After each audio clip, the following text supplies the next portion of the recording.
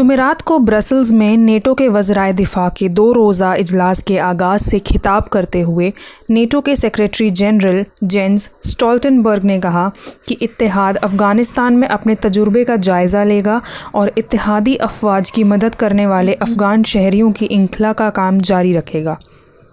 Stoltenberg نے کہا، ہمیں یہ دیکھنے کی ضرورت ہے کہ افغانستان میں نیٹو اتحادیوں کی موجودگی سے کیا سبق سیکھا گیا، کیا کام نہیں کیا اور کیا کام کیا۔ انہوں نے مزید کہا، نیٹو کا سب سے فوری کردار ان افغانیوں کو دوبارہ آباد کرنا ہے جو ہمارے ساتھ ہیں۔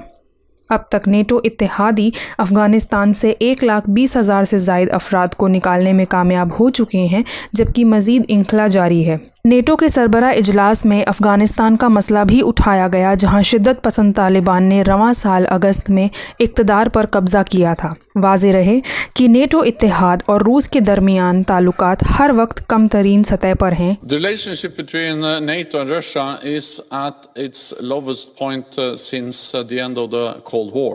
لیکن اسٹولٹنبرگ نے کہا کہ یہ مشکل صورتحال دونوں فریقوں کی ایک دوسرے سے بات چیت جاری رکھنے کی اہمیت کو واضح کرتی ہے، جس کے لیے نیٹو روس کے ساتھ تعمیری بات چیت جاری رکھے گا۔